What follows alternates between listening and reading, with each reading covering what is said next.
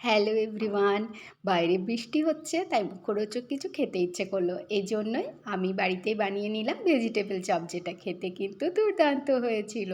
এর জন্য আমি একটা এরকম পেঁয়াজ নিয়ে পেঁয়াজটাকে লম্বা লম্বা করে প্রথমে কেটে তারপরে এরকম মিহি করে কেটে নিলাম।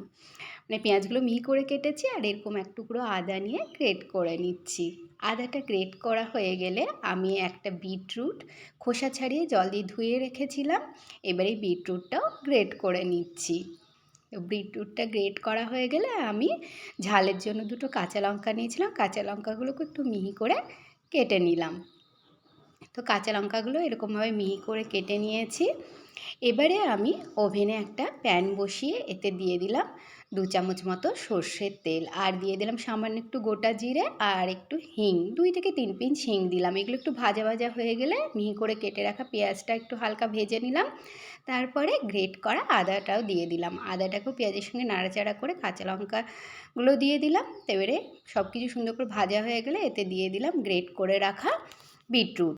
এর মধ্যে কিছু বেসিক মশলা দিয়ে দিলাম, যেমন লবণ দিলাম স্বাদ মতো, আর হাফ চামচের একটু কম হলুদ গুঁড়ো দিলাম, হাফ চামচ জিরে গুঁড়ো, হাফ চামচ ধনে গুঁড়ো। সব কিছুকে খুব সুন্দর করে মিক্স করে নাড়াচাড়া করার পরে 2 থেকে 3 মিনিট ঢাকা দিয়ে রেখেছিলাম। তারপরে ঢাকাটা খুলে এতে অ্যাড করে দিচ্ছি একটা মিডিয়াম সাইজের সেদ্ধ করা আলু, যেটা আমি গ্রেটারে গ্রেট করে নিয়েছিলাম। তাহলে এর মধ্যে যে শক্ত অংশগুলো আলুর থাকবে না। এবারে আলুটাকে খুব সুন্দর করে মিক্স করার পরে এতে দিয়ে দিলাম সামান্য ধনেপাতা কুচি, আমার কাছে অল্পই ছিল, আর দিয়ে দিলাম অল্প একটু চাট মশলা, আর দিয়ে দিলাম সামান্য একটু জোয়ান, টেস্টটা ভালো আসবে। এবারে সব কিছুকে খুব সুন্দর করে মিক্স করে নাড়াচাড়া করে প্যানটা নামিয়ে নিলাম। এদিকে আমার কাছে এরকম রাস্ক বিস্কিট ছিল, বিস্কিটগুলো আমি মিক্সিতেও গুঁড়ো করে নিতে পারেন, তো এরকমভাবে আমি হামালদিস্তা একটু গুঁড়ো করে নিলাম।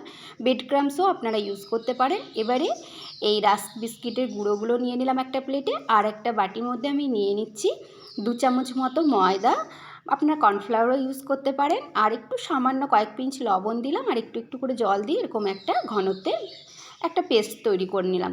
এদিকে এটা ঠান্ডা হয়ে গেছে, এগুলোকে আমি এরকম গোল গোল শেপ দিচ্ছি, আপনারা আপনাদের ইচ্ছে মতো শেপ দিতে পারেন। তো এরকমভাবে চটজলদি আপনারাও বাড়িতে বানিয়ে নিতে পারেন ভেজিটেবল চপ। তো সবগুলো আমার শেপ দেওয়া হয়ে গেছে, এবারে আমি এগুলোকে কোট করব। তো প্রথমে ময়দার গোলায় ডুবিয়ে এরকমভাবে এই রাস্ক বিস্কিটের গুঁড়োতে আমি কোট করে দিলাম। তো কোটিংটা আমি দুবার করব। তো ডাবল কোট করলে কি হবে, কোটিংটা খুলে যাওয়ার কোনো চান্সেই থাকবে না। তো এরকমভাবে ডাবল কোট করে নিলাম। এবারে সব কটাকে আমি একইভাবে এরকমভাবে কোট করে নিয়েছি। এদিকে আমি ওভেনে প্যান বসিয়ে আবারও বেশি করে রিফাইন্ড অয়েল গরম করে নিয়েছি। তারপরে একে একে এই শেপ দেওয়া চপগুলো আমি রেখে দিলাম। এবারে এরকমভাবে উপরে তেল পাচ্ছিল না বলে একটু করে তেল দিয়ে দিচ্ছিলাম। তো মিডিয়াম ফ্লেমে আমি এই চপগুলোকে সুন্দর করে উল্টে পাল্টে ভেজে নিয়েছি, এরকম সুন্দর একটা কালার আসা পর্যন্ত। এইবারে চপগুলো আমার ভাজা হয়ে গেছে, তুলে রাখছি। দেখেই বুঝতে পারছেন কতটা ক্রাঞ্চি হয়েছে আর কতটা সুন্দর হয়েছিল খেতে। তো সব কটা চপ আমার ভাজা হয়ে গেছে, আর আমি এটা সার্ভ করেছিলাম টমেটো কেচাপের সঙ্গে। আপনারা যে কোনো চাটনি, যে কোনো সস কিংবা চা কিংবা কফির সঙ্গে সার্ভ করতে পারেন। Thank you so much.